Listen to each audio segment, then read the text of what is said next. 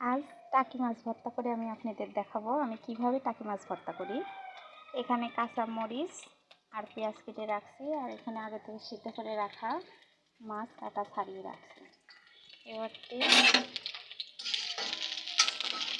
রসুনগুলো তেলে ভেজে নিচ্ছি।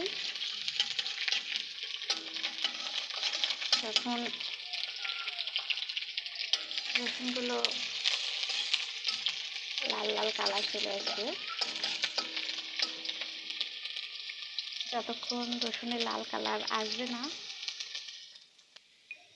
আমি লাল লাল করে ভেজে নেব রসুনগুলো। রসুনগুলো যখন এইরকম লাল লাল হয়ে যাবে, গোটা রসুন তো ওই জন্য একটু লাল করে বেশি করে ভেজে নিচ্ছি।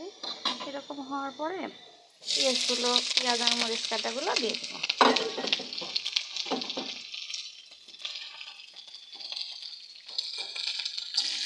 এগুলো কিছুক্ষণ ভেজে নেবো একসাথে লাল করে।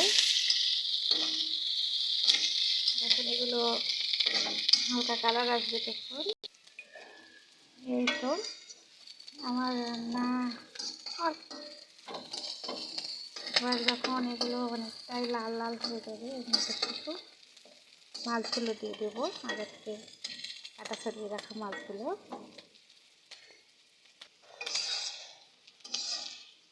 আমার রসুন পেঁয়াজ মরিচ এগুলো ফ্রাই হয়ে আসছে। এবার মাছগুলো দিয়ে দিলাম।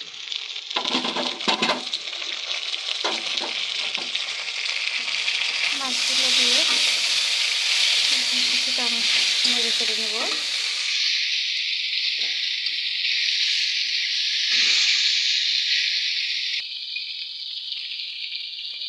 এইবার আর নেড়ে করে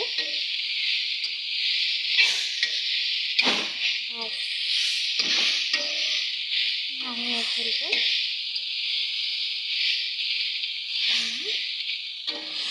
টাকি মাছের ভর্তা দেবো। আমি আমার টাকি মাছের রেসিপিটা সবার সাথে শেয়ার করলাম।